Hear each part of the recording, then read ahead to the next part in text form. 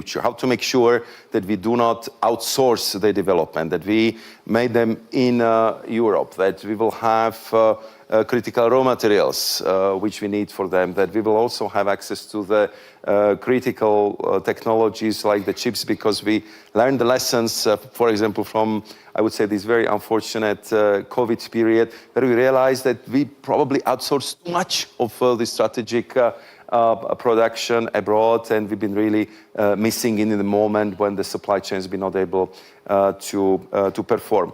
And then, of course, we have to be very much focused how to fine-tune all our systems from the education through the research and innovation to be faster, not to have only startups, but the scale-ups, and we need to adjust our competition policy. And I think my new colleague, Teresa Rivera, is working just about that. And one point to close my introductory remarks, we are clearly now going through the period where I would say all traditional approaches to negotiations, to partnerships would be tested, and therefore I open every meeting with my colleagues, fellow ministers in the EU, and I end every single meeting with a clear call for European unity. When we are united, there is nothing we cannot do together, and we always arrive at best solutions if Europe is united. And that's the feeling what I get from all recent European Council. If you're talking about the future, strategic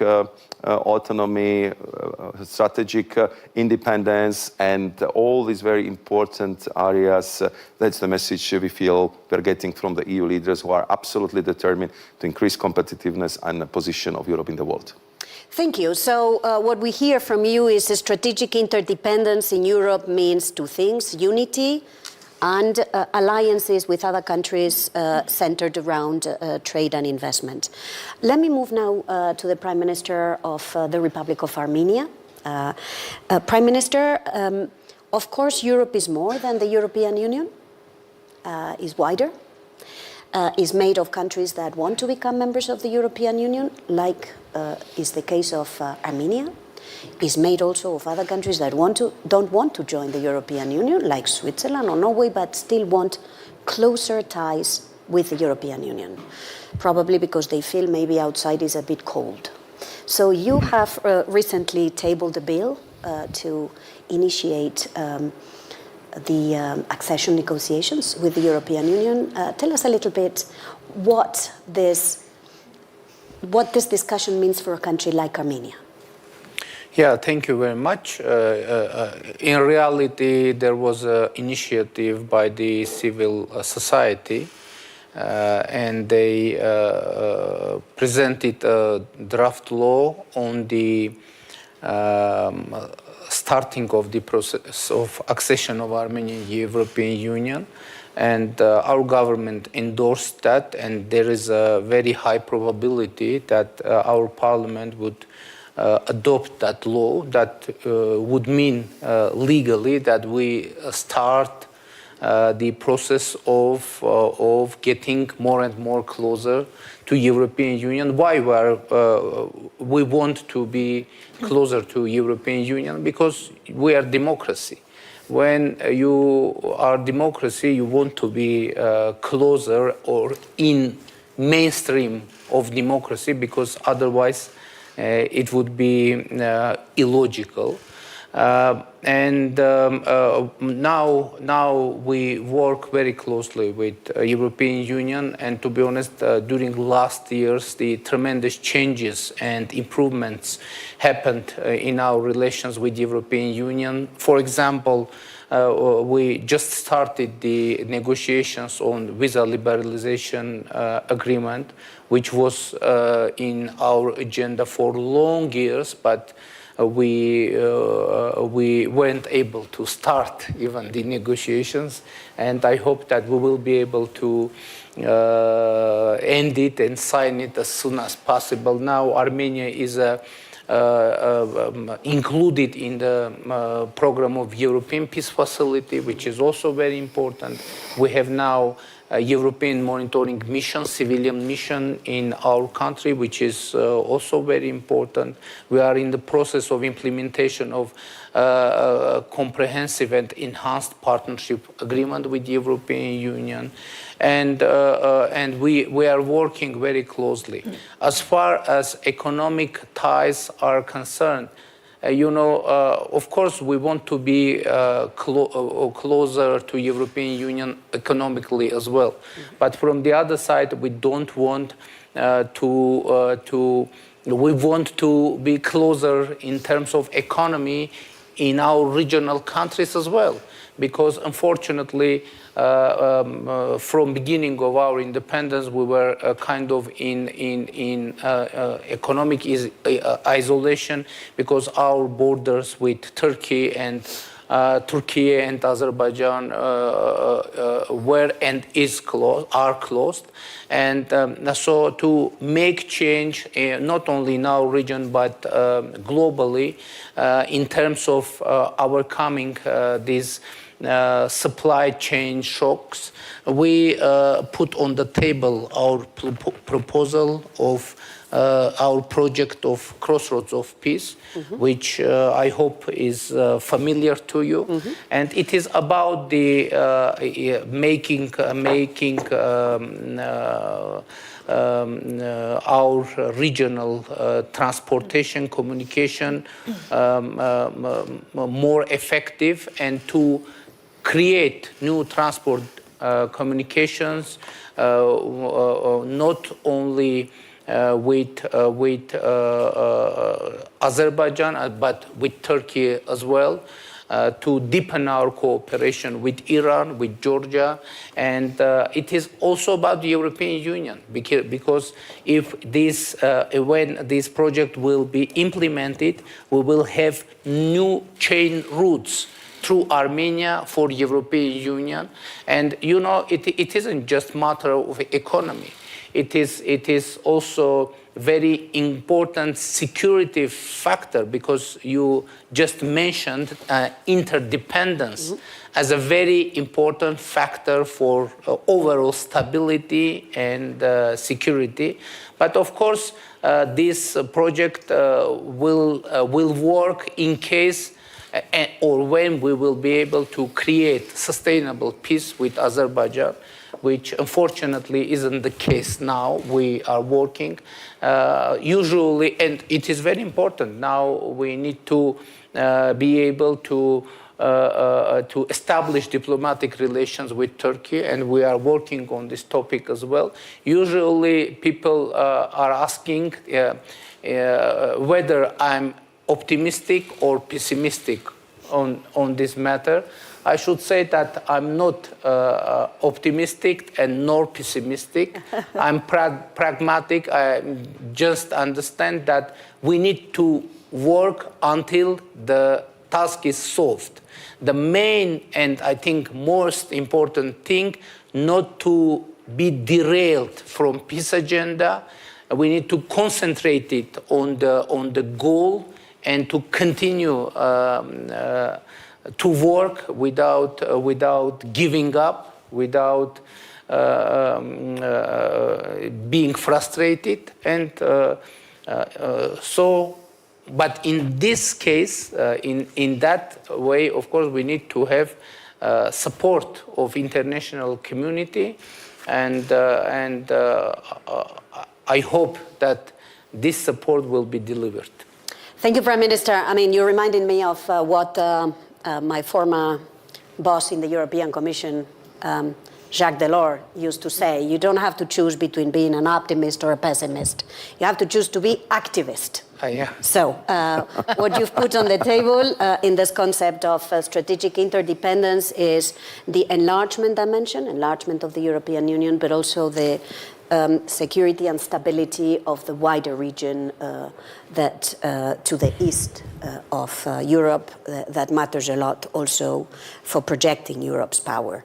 Let me now move to Ilham Kadri. Ilham Kadri, you are the CEO of what is now known as Syensqo. People know the old name, Solvay. But you're also the president of the European chemicals industry. So I want to ask you, you've been at the heart of the efforts to look at what Europe needs to do to improve its competitiveness, the so-called Draghi report, the efforts at integrating more the European market, the Letta report. What do you need Europe to do now to improve the competitiveness of the European industry that is our powerhouse? So first of all, well, thank you for having me. I must say I'm an optimist because since the beginning of Davos, competitiveness is back in the agenda. With Ms. President Ursula von der Leyen, Mr. Commissioner, there was not one meeting where people didn't talk about competitiveness. So that's number one. I think to talk about the power of Europe is about having a strong economy. And strong economy means a strong industry, and strong industry means a strong chemical industry. And obviously I'm representing today the chemical industry.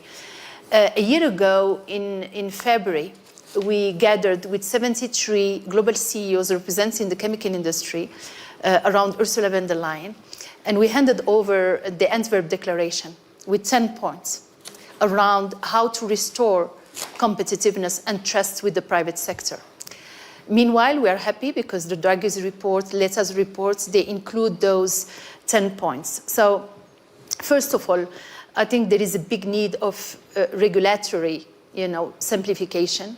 So happy to hear that there is now a target to simplify, to move the red tapes. Let me give you an example. In the chemical industry, since I moved to Europe back in 2019, there was 14,000 pages of regulation published just for the chemical industry. I'm hiring more people in the legal and compliance departments than in my innovation departments. Okay? So Europe and the chemical industry is extremely regulated. And we like regulation, but now it's a burden, specifically for the small and medium-sized companies who cannot handle it, right? And when we get into the soup of alphabets of reporting, CSRD, CSSS, taxonomy, etc., we see that our small and medium-sized companies cannot deal with, and therefore we are destroying the fabric of the industry, the chemical industry in Europe. So we are calling to really simplify, simplify, simplify. We are calling it to move in those red tapes, right? Which will mean efficiency, more investments, right? Because as an industry, as a business person, I need transparency and predictability. The second thing in the regulatory, we need cohesion. You talked about Delors. Delors' vision of single markets. Yeah. There is no single market today in Europe. We need these single markets. We need it from the demand, because when I put a plant in France or in Italy or in Belgium, it's at the service of the whole European demand. I need that demand. We need to create that demand around clean technologies, which the Green Deal has been pushing us to really work on, right? We need cohesion in the chemical management, for example, framework, right? We need that single market, and we need it badly in terms of demand, in terms of cohesion, in terms of flow of goods between. So we need unity in a way, not uniformity. We know Europe is different culture, but we need unity, and probably this 28 regime, above and beyond the 20 member of states in some strategic value chains. And I'm talking about electrification, I'm talking about defense, I'm talking about semiconductors. There is no EV in the world, there will be no semiconductor without a strong chemical industry. And to give you another data point, the chemical industry in Europe lost 11% market share in the past 15 years. Europe was number one, now it's number two. For China, who gained 9%, so it's number one, 44% of the production output is coming from China, and it will become 2/3 of the world production by 2030. And obviously, when I say cohesion, is a level playing field. We like competition. I mean, I've been 30 years in the industry. Competition is good. It fuels innovation, etc. But we need a level playing field, right? When the good players are doing the right thing in Europe, we need that level playing field against imports. The last one is about regulatory recognition.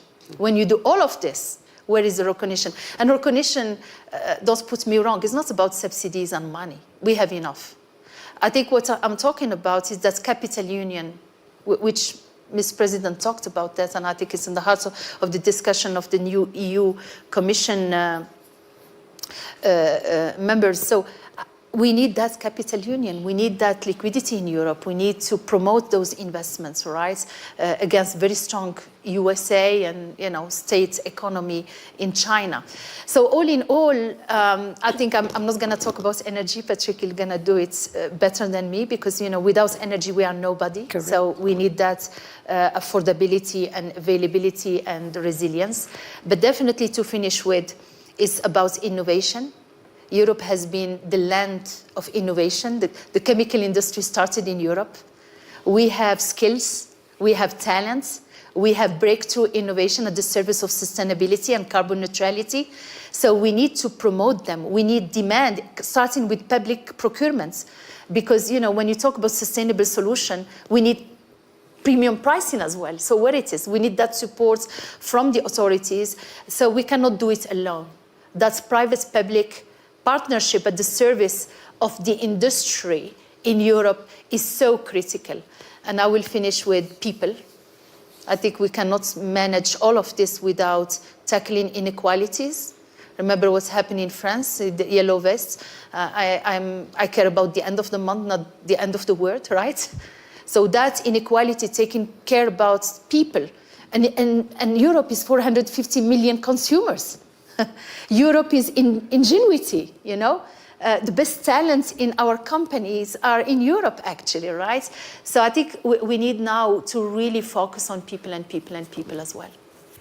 Thank you very much, Ilham. So European strategic interdependence means strengthening, from your point of view, the competitiveness of the European industry with a host of suggestions that you've tabled and focusing more on people. Let me now move to Patrick Pouyanné, CEO of Total Energy. He's a global player, one of the major global players in the energy sector. A lot of what we've heard would not be possible without affordable, secure, reliable energy sources. And combining this with the green agenda that Europe has placed at the heart of its competitive model. So can we do it in Europe? What do we need to do to get there? Yeah, reliable, affordable, and sustainable energy. That's a triangle that we are targeting, all of us. And again, the topic today is very important. Yes, of course, Total Europe is a big power, 450 million consumers. It's fundamental today because we are in a world where you have the US, and US with Donald Trump will be even a strong force. We have China, and in the middle, we are there. And there is only one way, which was already mentioned, is unity. We need to express it by unity. If we are together, which means that Europe is above our national interests, then we have a chance to find a way. And I strongly believe in the values of Europe. I think we have this legacy, and we are somewhere a lighthouse in the planet. We should not lose it. And this is the debate today, in fact, of do we combine our green agenda or will to go further with other parts of the world, which are maybe going slower than us, but which are also more powerful somewhere. And the power of Europe will go for its economy. The difficulty we face, for me, is the result of a construction of Europe centered around consumers, fundamentally. The consumers, that means for 50 years, we have protected the consumers, and somewhere, very strangely, at the expense of our own industries, And that's something fundamental because in the energy field, coming to energy, we require now huge capital investments to transform. It's an incredible journey we have in front. So we need requirements, we require capital. And we need to optimize this capital. This is two conditions for me. More capital requires European champions. And it's true for energy, it's true for digital, it's true for banking. And there is something we did not manage to do until now. Even if I am one of the European champions, some in France consider I am a French champion. I'm more than that. I'm a global company. I'm in my mission statement, we have security of supply to Europe. And after the Ukraine war, I dedicated my year 2022 to supply gas to Europe, mobilizing all what I could to supply LNG to Europe, to bring new LNG floating units. So I consider we are part of it. But we need European champions. And why today in digital we don't have it? Why in banking? The largest bank in Europe, $80 billion market cap. It's nothing compared to the larger. And in these worlds of giants, look to what happened. So there is something I'm calling really, if you want a power in Europe, you need to revisit completely the way we apply these competition rules. It's not a matter to protect. We protect the European consumers if we have champions in Europe. I can tell you the best way, because we will be more efficient. It's true in energy, it's true in digital, it's true in finance. This needs a reset from our European leaders. The second thing for energy is integration. Mm-hmm. If I want to deploy all the trillions, billions of dollars I have to integrate, and I'm reading a sentence of the Letta report, the more the EU advances towards a decarbonized energy system, the greater is the need for market integration. And it's a difficulty because, in fact, we all agree we have a European climate policy, but the energy is not it's not unified. It's impossible, to be honest, to put into action pragmatically a climate agenda if you are not integrated with energy or policies. And today it's considered at a national level. Each country has its own strategy or policy.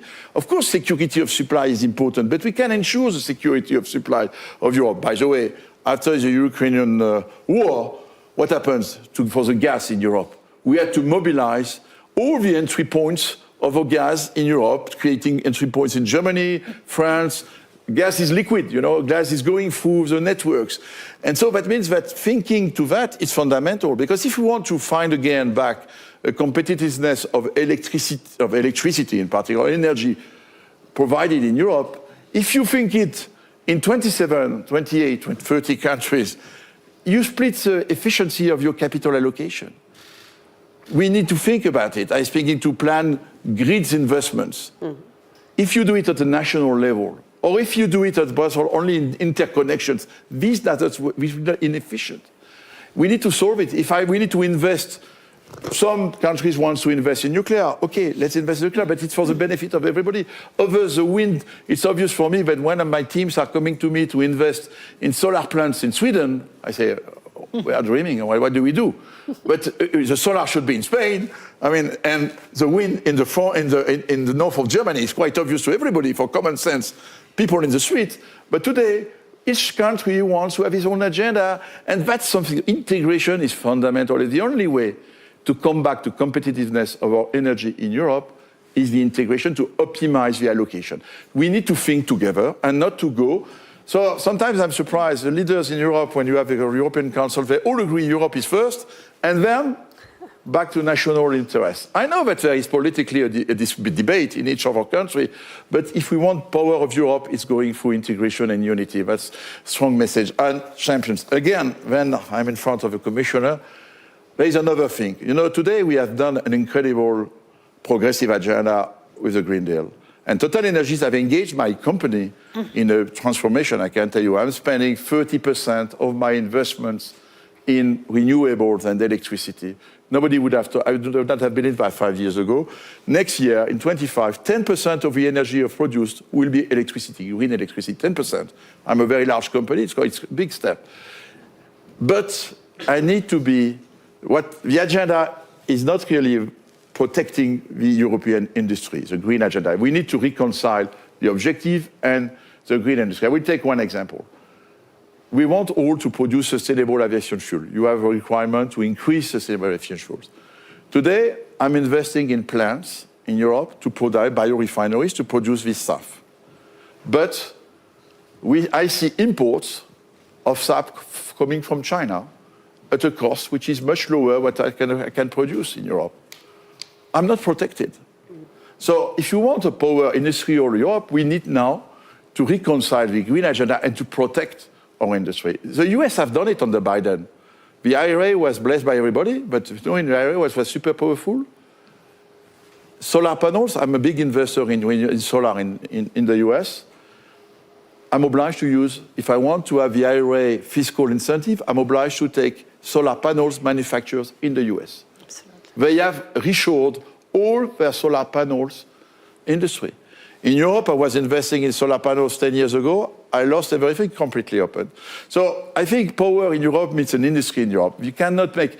It's a huge opportunity that you are offering us with this Green Deal, but at least these products, if we want to... We should recognize that manufacturing all that in Europe, because energy is a little more expensive, wages and salaries are a little more expensive because we have our social model that we are proud of, we must find a way to protect it. And that means giving, for me, a preference to European products. How do we give a preference to European products? The US are doing, the Chinese are doing it. The Chinese, they have created this powerful green industry because they have a huge market, and during 10 years, we were in advance on us. So what I would like to see is really acting, not just speech about it. Find a way, and then we have European companies who are able to, I can produce stuff in my biorefineries, but if suddenly I discover that you can import from green stuff from China, which I would like to be sure is the same standards, I cannot fight against it. And why do we import stuff from China? Just to circle it. Because the airline companies, aviation is complaining that stuff are too expensive. And so again, because we give the preference to consumers. So the real debate, if we want powerful industry in Europe, is to arbitrate. Yes, consumers are important, but the jobs, the industries, and the purchasing power of consumer is coming from us. And so we cannot, so it's what I hope. I know that there will be a zero, I don't know how you call it, next communication of the process. I hope we will see that. But it's time to wake up together and to do it, and not just to speak. Thank you. That was clear. It was unity and scale through integration. These are two powerful messages. We have only 10 minutes left. So we are going to, I want to go very shortly around the table. And I want to start with you, Maros. The US has been mentioned, finally. Are you thinking of, or what would you need to change in the trade policy of the EU to face a more aggressive Trump administration? I think, of course, this would be, I would say, the topic definitely for this year, how to, I would say, set up this new relationship with the US. And first and foremost, we want to talk to our American partners. I think that we have to keep our cool here because I think the best negotiations are done in the room, not through the media. I think if I look at the overall figures, we had a chance to discuss it yesterday. It's true that we have surplus in trade in goods, but US has quite significant surplus in services. So if we take both, and I think in every trade conversations, both goods and services are always taken together. So we are talking about the trade deficit of around 50 billion euros. And if you compare it with the overall trade volume of 1.6 trillion euros, I think this is putting it to the perspective that we should be able to solve this problem very, very quickly. That would be, of course, my intention, and I think that we should also bear in mind the fact that we have huge interdependencies. I mean, there is 5 trillion of mutual investments, mutual assets. By the way, 2/3 of American assets in Europe, and every year almost 300 billion euros is flowing from Europe, from our pension funds, from our savings accounts to invest in American companies. So this just proves that this is mutually very advantageous relationship. I call it artery of the global trade. So we should be very careful how we play with that, because the fact that this represents almost 40% of the GDP in trade, it just shows that what kind of shock effect it might have on the whole. On the whole world. And therefore, we want to be very careful how to address these things. We will be ready to negotiate, and I believe that we will find the good solutions. But the answer of the European strength, and I agree with you, Arantxa, with Patrick, and with Ilham, that strength of Europe was traditional in our economy, in our industry. We've been very competitive, we've been good traders, and indeed, over the last year, we, I think, didn't factor in this transformational processes on the global scale. So we've been always looking at the mergers and acquisition policies from the perspective of the size of European economy, and we somehow neglected a little bit the fact that if you are a big company, I mean, the world is a much bigger market, and simply you have to be strong, not only in Europe, but also on the global market. And therefore, if you look at the number of the European companies in the top 100 from, let's say, 2010 and 2024, I mean, the numbers are much smaller now.